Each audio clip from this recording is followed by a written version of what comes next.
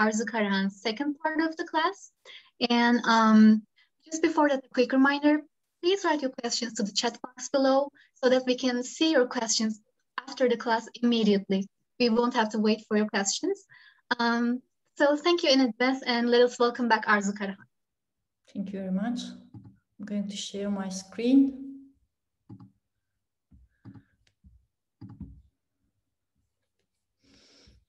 Okay. Everything's okay, I guess. Right? Yes. So it's in the second part, as I told, I have three different parts actually, somehow connected, but not continue actually. The second part will be on studying ecologically important traits, ecogenomics and reverse genetics. That's I'm more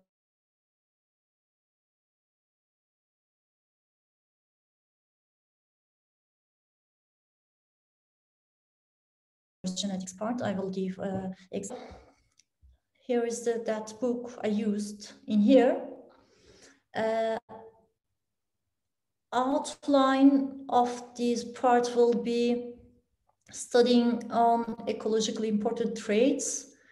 Most of them will be on microarray and how we can prepare the prop for microarray and application of these, application of the microarray and community ecology of microorganisms. And microarray and genotyping. The second part will be on reverse genetics. Okay, there is no quantitative analysis in this, maybe if I have time. First, this ecogenomics is very new term actually. It's coined 2003. That aim to identify the genetic mechanism of adaptation. So in this presentation, I will present ecologically important traits that under the natural selection, affect under the influence of natural selection. So in this point, we can have some question. For example, how simple phenotypic trait can confer fitness advantages, how different ecologically important traits interact during the course of evolution, and how organisms can alter their gene expression in response to changing environmental conditions. So we can get the answer of this question from the very basic taxonomic level to the upper level, higher taxonomic level, the phylum level. Before start this ecogenomics part, studying ecologically important traits, I would like to ask a question. What is the main differences between the population genomics and ecogenomics? Do you have any idea? I'm going to open my, okay, chat section. Do you have any?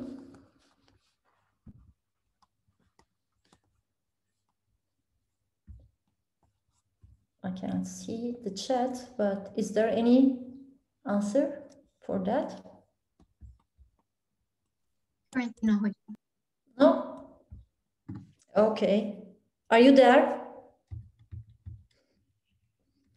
So it's the main differences between population genomics or genetics and ecogenomics. In population genetics, we are choosing the non-coding or neutral marker because we are trying to understand the natural evolution at that scale. And here in ecogenomics, actually, the marker has to be chosen from the coding section. Why? Because it needs to be under the natural selection. It has to be influenced from the natural selection. So the main differences between population genetics and ecogenomics, that the marker. And the other differences actually in population genetics, we are using population. We are comparing population each other. In here, there is no need to compare population. You can compare the individual each other, okay? And I'm going to give information later in that part. And also, I would like to give brief information about this cDNA, because I will mention about time to time in the next section. As you know, we have different protein in our different tissue. All of them consist the same DNA. All the tissue of us belongs have same DNA, but different protein, because different DNA part is active and produce different mRNA. So in this section, the next section also, I will mention about the microarray. In the microarray, we will use the mRNA. To using mRNA, we need to produce, first of all, cDNA. We cannot use mRNA directly in our analysis. So it's the first, we need to produce cDNA from the mRNA. This is a process. This is a library preparation, of course, but you don't need to go this ligation part if you don't want to, sequencing your. If you don't have the sequencing process, the process is like that. You have mRNA in your. We have mRNA in our cell with the reverse transcription enzyme that also produced from bacteria. We produce cDNA, and we are using this cDNA in Ecogenomics study. So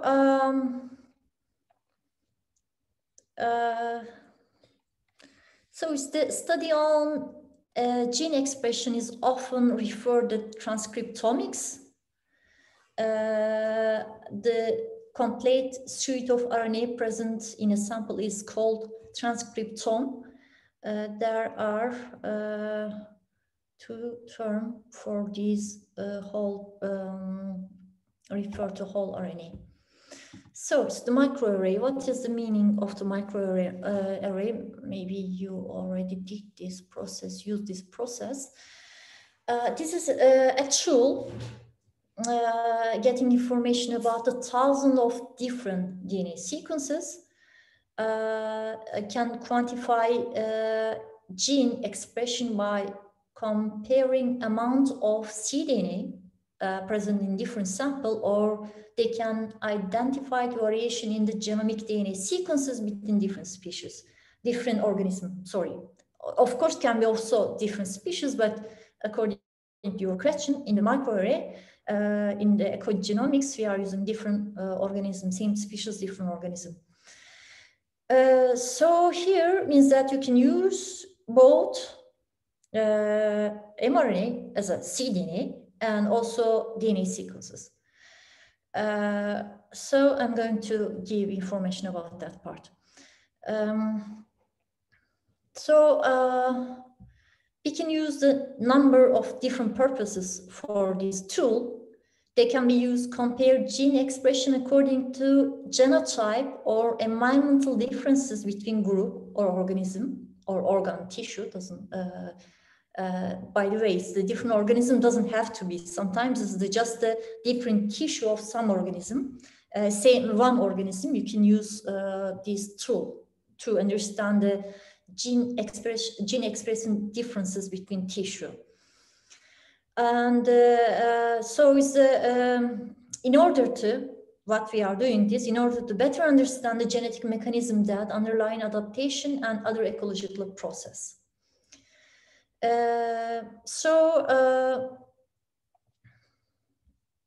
Different marker we can use for these DNA sequences, the SMP mostly preferring to use actually. So I'm going to give information about the SMP microarray later. What is a microarray and how it's work actually? This is what you see. This is a microarray chip, a glass actually. It's selling. There are some commercial chip. This is a 1 gene chip actually in the picture. There are valves, as you can see. There are many valves on the chip. There are probes on each cell on the chip, and the certain probes. We know the sequence of these probes, and you can produce this kind of chip according to identical chip according to your individual or tissue number. For example, if you want to compare 100 individuals each other, you need to have 100 identical same chip. Okay, so how it is working? First of all, to carry out experiment, you need to extract DNA or mRNA from your sample that you interest. If you are using mRNA, you need to produce the cDNA. You need to create the cDNA. If you are using DNA, it will be too long. So you need to chop DNA into fragments using restriction enzyme. Still, again, we are using restriction enzyme, as you can see. And you need to attach dye here. I'm going to show. Let's say you are using mRNA and the tissue sample. First, produce the cDNA and then attach the fluorescent label this cDNA and hybridize the cDNA to microarray chip. And after the hybridization, there is a machine actually read this signal. If you get no signal, no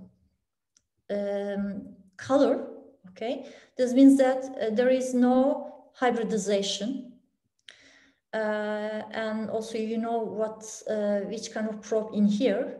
So it means that there is no hybridization for this probe, and there is no sequence in your sample for this probe. If you have, according to the color intensity, actually, it's then you are summarizing, you are interpreting your result, your record, and getting some conclusion. Here is the process I mentioned about. There are different ways to use different application protocol for microarrays, and maybe first I need to describe this one, then later I will come here. Okay, let's say you have two different populations of plants. They have one of is very resistant to drought, the other is not. So in order to identify any genes that may involve in the regulation drought tolerance in our choose population, you need to grow your sample in same environmental condition, means that in dry condition, of course, because you are trying to understand the drought resistance. After several weeks, depends on your plant, you are harvesting a few leaves and isolating the mRNA from the leaves after the mRNA producing cDNA. and then making this attaching fluorescent tag, of course, then making hybridization in your chip. And so the genes that express in higher amount will be present in the higher concentration in our samples, while genes that are expressed in low amounts will be present lower concentration. So when there are no cDNA sequences that hybridize our probe, will not see any fluorescent and particular spot. With this, it's very simple actually experiment. With this experiment, you can understand, you can check the gene that responsible from the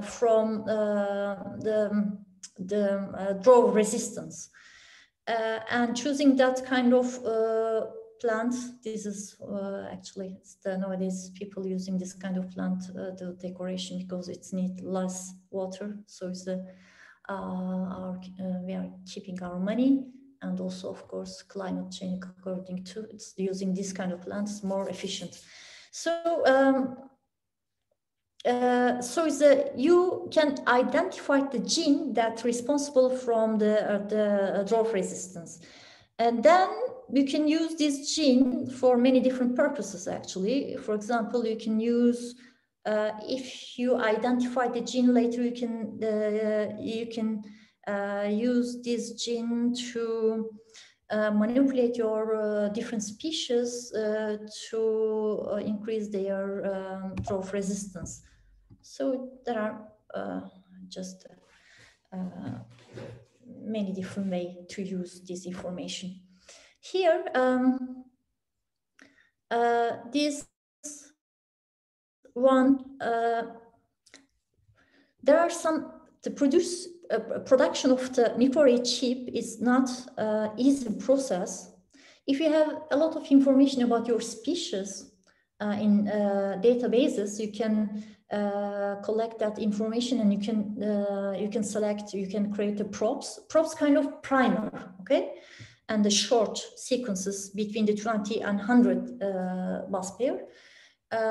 You can create your chip, microarray chip, and you can conduct your experiment. But if you don't have any information about your species, about your individual population in databases, what you can do, actually, you can compare two individuals each other by this process using one of them sequence as a reference sequence to produce the probe and hybridize two sample, and now you will get also you will get information about the population, your population or your individual, same or different. But as I told, there are many commercial microarray chip to use, Ecogenomics. But of course, most of them for model animal, model organism. Here, so it's the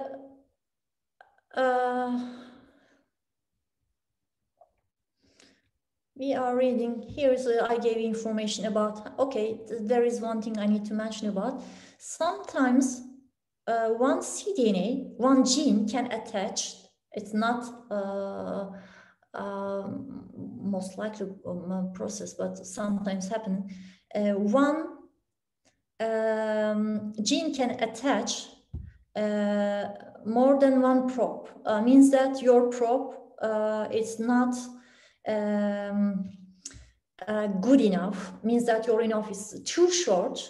So same like the primer. If you have very short primer, means that you can make the copies of many different parts of the DNA. So it's need to be more specific. It has to be at least 20 base pair length, that part, the props. So props attached. This is a glass slide. There are valves in the glass slide. Those are the props. Fixed props. You know which prop in the which valve.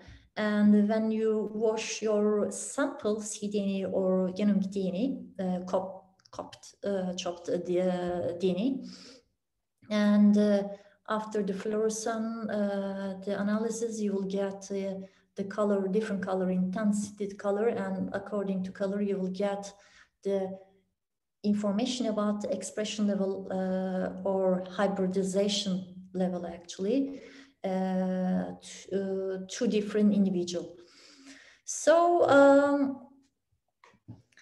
the props, as I told here, if you don't have any information about your sample, you can use one of the sample's sequences as a prop. You can create the microarray chip and use the other organism cDNA as a experiment group, and you can hybridize them to understand that there is any differences between two individuals or not. And here there are commercial microchips like for human, mice, rat, cattle, and sheep, and so some plant species also, of course, the Drosophila, one of the model organisms. Okay, there is another thing. Okay, you make the microarray, and then most of the time you need to verify your result, because sometimes you can get fault or error during the experiment because it's not easy process. You are using many different type of probes, and during hybridization, of course, error can happen. It's most probable. So there are two different ways to verify differences. One is sequencing. After this hybridization, you can send your sample, some of them at least, to sequence next generation sequencing process, and you can get information and verify your information. The other, actually, the qPCR, of course.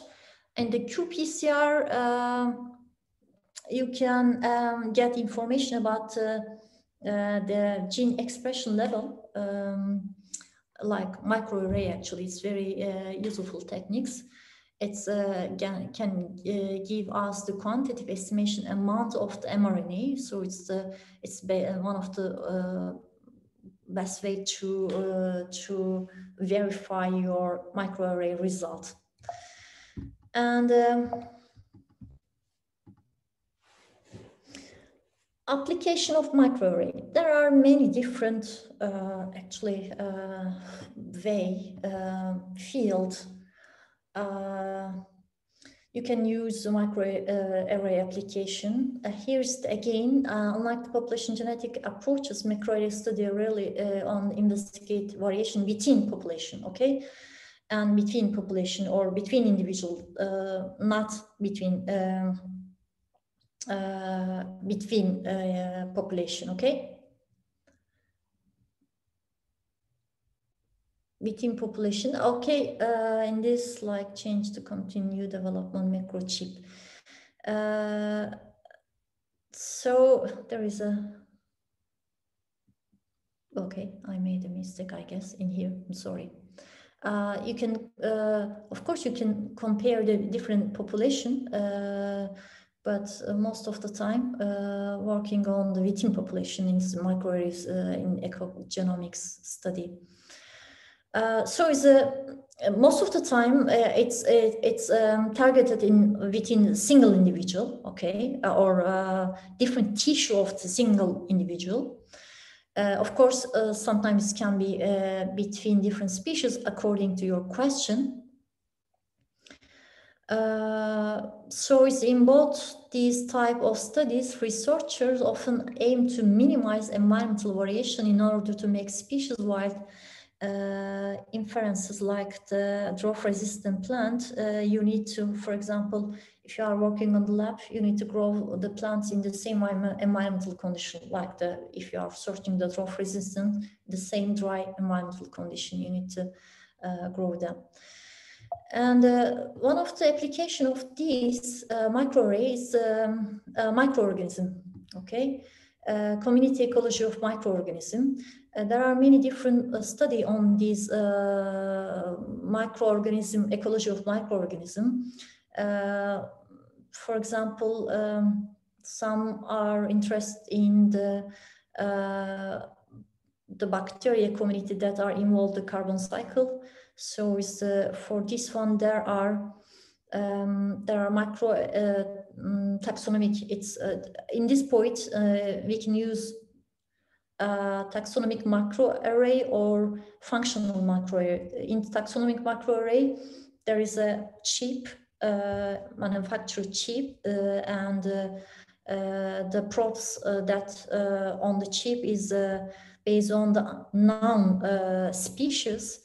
And after collecting your sample, you can isolating the DNA, or in here is for taxonomic microarray, it's DNA. You can hybridize your sample with chip, and you can get information about your sample at the genus family, or if you're lucky at the species level. There is another, okay, before this one, maybe that's one. Functional macroarray. In this functional macroarray, you need to get, you need to isolate the RNA from your sample, the environmental DNA. From your environmental sample, you need to isolate RNA, and also the same process with structural taxonomic microarray. So here is some application about this process. Getting environmental sampling, this can be DNA or RNA. After the purification of these DNA or RNA, for mRNA, you need to, of course, produce reverse with cDNA, with the reverse transcription. And after targeting labeling, you can use the array microarray chip for hybridization, and there is a machine to scan for your hybrid your chip. Data processing, data normalization, you can combine your data with the other environmental condition and environmental factor like salinity, temperature, or the other mineral, whatever around or related to your species, and you can get the whole frame information about your sample. Molecular, it's calling molecular ecology networks. You can get. So is let's say. There are different ways to use this microarray, such able to microarrays methane, or you can search the enzyme or bacteria that use the methane as a primary source that important for the climate change. And here is a study, they use the microarray for methanotroph diversity, below ground methanol diversity activity, peatland soil. Actually, it is also nice work. They use the specific, they search the specific gene in here. This is one application. The other application, actually, in this application they use for the first time geochip term. They created this geochip term. In this, he and et al., actually 2007, produced a patented microchip, it's called geochip, which target genes involved in various ecological processes, including carbon, nitrogen, phosphorus, and sulfur cycling. So the process resemble the previous one actually. Sequencing, verification, probe design, as you can get in your sample after the isolation, RNA or DNA, whatever. Array, data processing, and combining the ecological factor, and you can get at the end, at the conclusion. And also you can use a microarray for genotyping to search SMP. Here SMPs particular show high potential for high throughput sequencing, and so is another way to use microarray if you are using DNA, not cDNA, of course. You can use this SMP array to genotyping your individual, okay? And there are also commercial chip for because for this SMP, because it was recently many chip developed because many human disease is related with this SMP. It is very you know, it's a short way to search the genome using these SMP chips. So there is another study. They use this SMP discovery by combining the microarray, and they create a kind of very interesting tool, actually. They call this lab on a chip for SMP detection. It's very interesting. This is all the lab, yes, on a chip, actually, as you can see. And with this one, they are trying to, from blood, starting from this and output coming here. And with this one, they are trying to increase the some livestock. It's the animals, you know, with the getting more product, or more product means that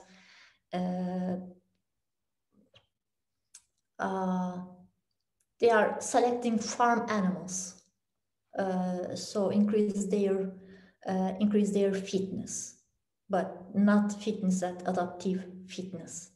For fitness, they are growing the muscle and fast growing. That kind of you know, economic issues.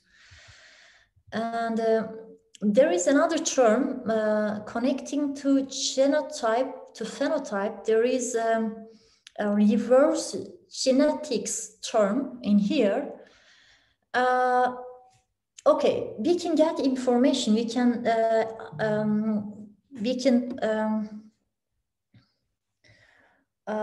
discover new genes from different sources, from next generation sequencing, the other actually methods. We can get a lot of information from presence of absence of different genes, allele, or, but then we can have this question. What is the purpose of gene? Which kind of biological function it has? It's processing which kind of biological function? So in this point, actually, we can have these questions. What are those? Which genetic changes that can be observed on microarray are actually causing the phenotypic changes we see in nature? Another question, how many genes are controlling phenotypic differences, and what do these genes encode? And how do these genes affect fitness, thereby leading to phenotypic evolutionary change? In here, in the pictures, you can see the genotypes, different.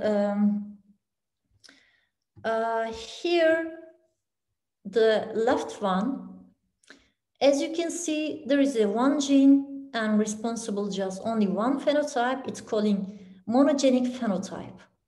Here, there are three different genes that responsible one phenotype. It's calling polygenic phenotype. Here, there is one gene that is responsible three different phenotypes. So it's calling pleiotropic phenotype. So this is important when you get information about a gene.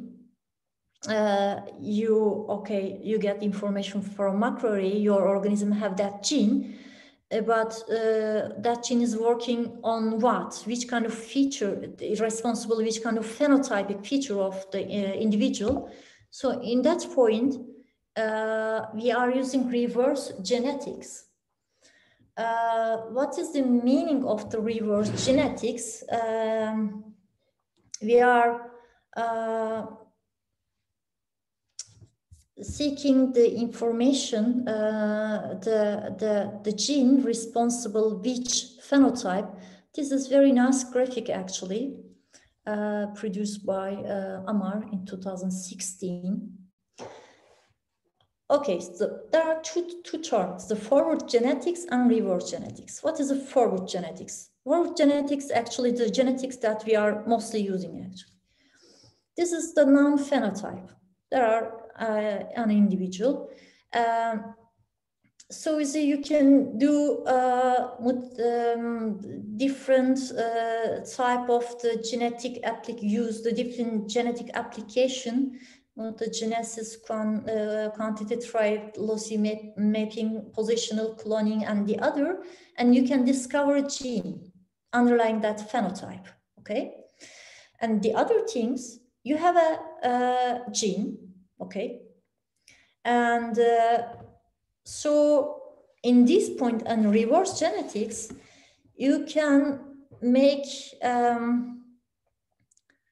knock out this gene, make silence, and monitor the individual phenotype. According to phenotypic changes, you can say these genes responsible that phenotypic feature. Okay, this is the meaning of reverse genetics. How many? Actually, there are many different types of gene silencing. I just summarize some of them in here. The most common one is RNA silencing using RNA interfering. It's calling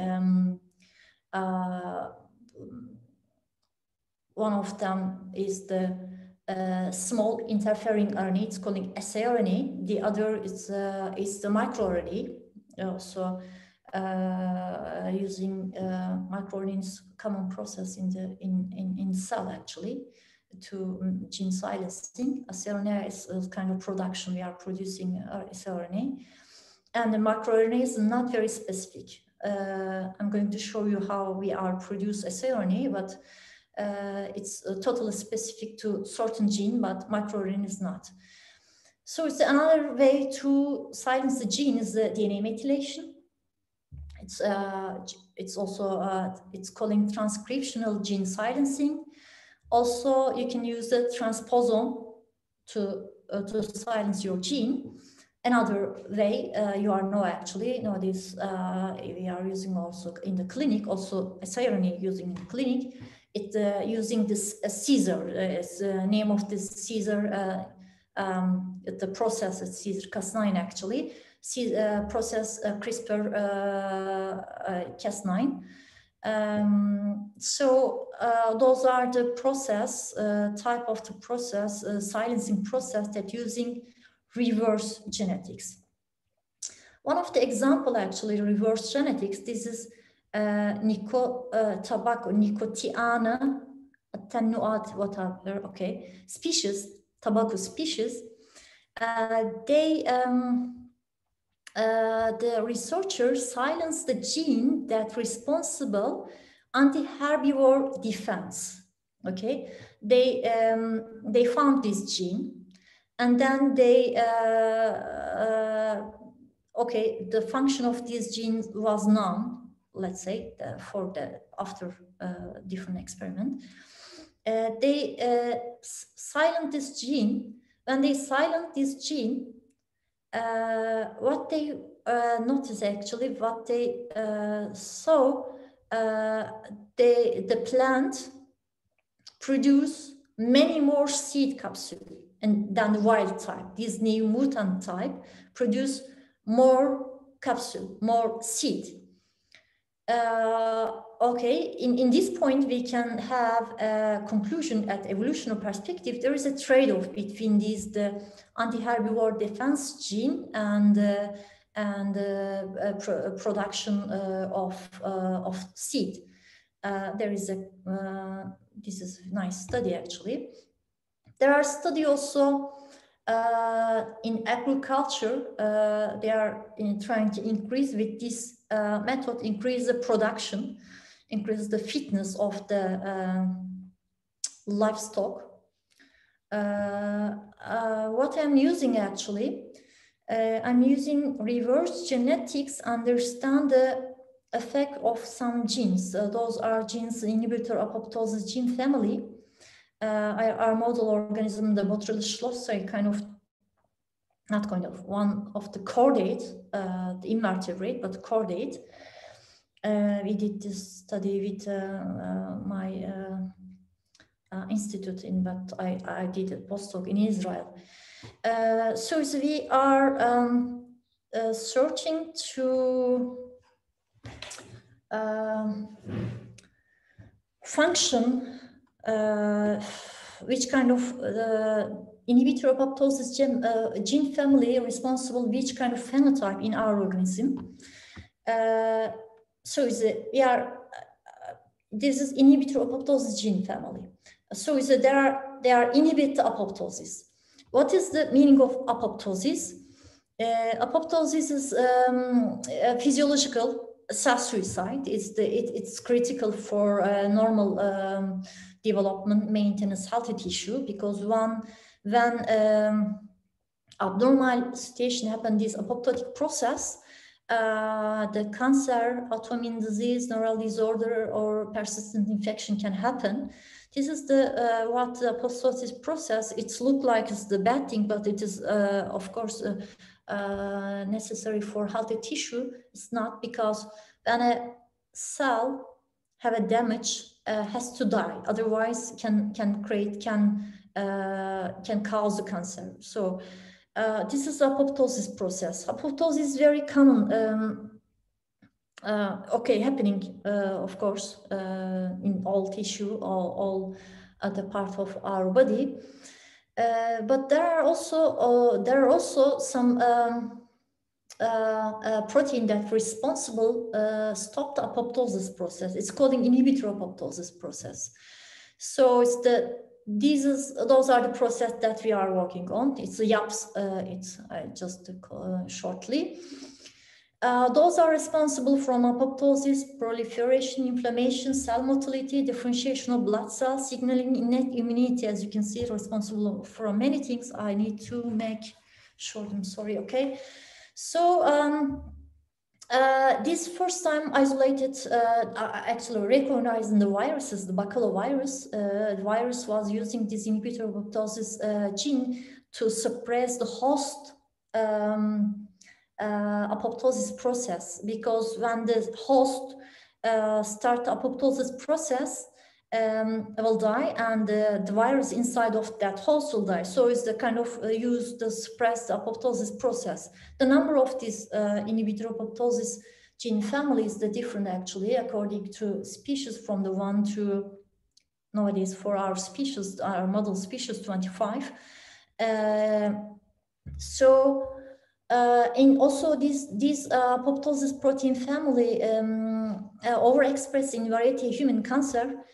Because of that, it is important and one of the promising targets for new producing design new therapeutic strategies. So here's the human in vitro apoptosis gene. Those are our model organism in vitro apoptosis genes. We have, as a humans, 8 in vitro apoptosis genes. In our model, there are 25.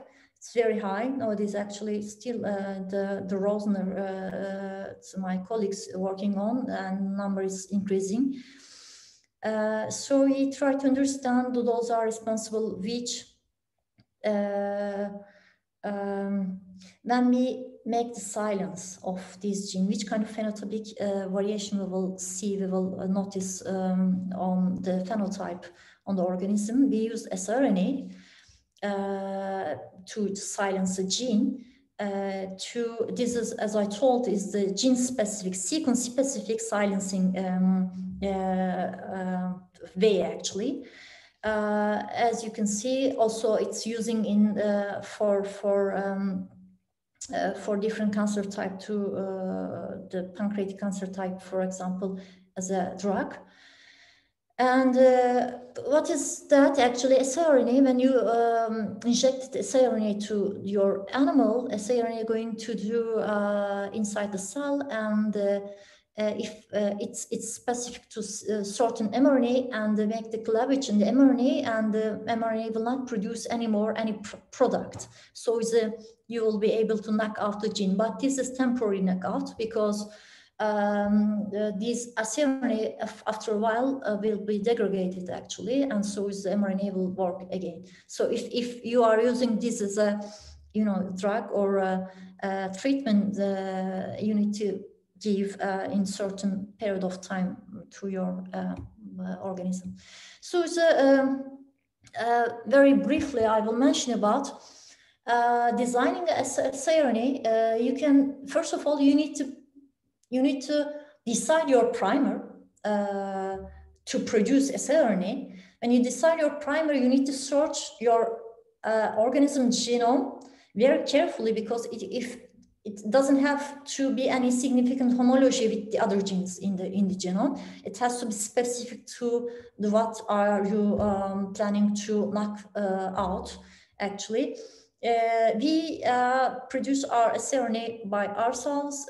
We just use this Leon Life Technology Silencer kit. We use this kit and produce our siRNA. Of course, sense and antisense production is in different tubes, and then we combine the tubes above, and we get totally, and at the end, double-strand siRNA. Injected siRNA to animals, and then we started monitoring to animal, and we use this micro-injection apparatus, the robotic micro-injection tool to inject the animal. And then we started monitoring animal and recorded which kind of anomaly we had. And those are the phenotypic anomaly, okay? We injected siRNA to knock down the gene, and then we started to monitor the animal, which kind of anomaly they have as a phenotypic. And also we checked, as I told in Microarray, in here also, you need to check if you need to use a few technique to check, actually. To check our process, we use the qPCR. I'm going to show you also, we use the immunohistochemistry.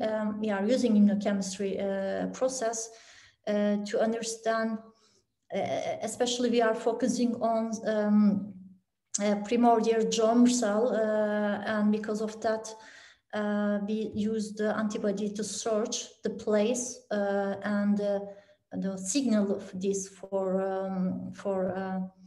the primordial germ cell, and we use different type of the antibodies, as I told, and we use qPCR to understand did we successful to about knocking out the gene. And also, of course, we used RNA extraction after the cDNA, and the qPCR protocol will help to understand. You need to, of course, use the reference gene that not related with your gene. We use 18S as reference genes. And we checked expression level of the gene that are related with to understand these processes working well, and also affect, is it, it has any effect on the other gene that we use also, like not here actually, BHF, affect other gene expression level. So, okay, it's time is the, okay, it's good. Just 5 minutes more again. I gave here the summary. I guess I will skip this summary process. So do you have any question? I can chat section, can see the chat section in here. I'm going to done. There is no any question. Are you there? So, everyone, you can ask your questions from the chat box or by raising your hand.